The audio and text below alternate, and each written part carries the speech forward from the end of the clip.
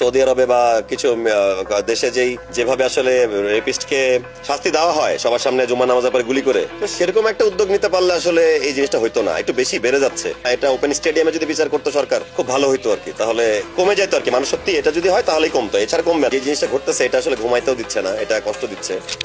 যখন ধর্ষক স্বীকার করে সে যখন আত্মপক্ষ সমর্থন, তখন কোর্ট কি ডেট কি, আমাদের তাৎক্ষণিক বিচার লাগবে, প্রয়োজনে প্রকাশ্যে তাদের মৃত্যুদণ্ড কার্যকর করা হোক, যেন দৃষ্টান্তমূলক শাস্তি হয়, ভবিষ্যতে যেন কেউ এগুলো করার জন্য সাহস না পায়। রামিসার মানসিক বই করলো, রামিসার যে হিসাবটা, এটা আমাদের সাথে বাংলাদেশের মানুষকে আর কবে সচেতন হবে আমি জানি না। এদেশের মানুষের মানসিকতা এত নিচে নেমে গেছে, কেউ কাউকে ঠকাতে পারলে, হারাতে পারলে একটা পৈশাচিক উল্লাস করে। আমাদের সমাজ সংস্কার যদি মানুষ স্বতঃস্ফূর্ত না হয়, মানুষ যদি তার নিজের ভালো না চায়, সে মানুষের ভালো চাইতে পারবে। রেপিস্টকে শাস্তি দেওয়া হয় সবার সামনে জুমা নামাজের পরে গুলি করে, তো সেরকম একটা উদ্যোগ নিতে পারলে আসলে এই জিনিসটা হইতো না।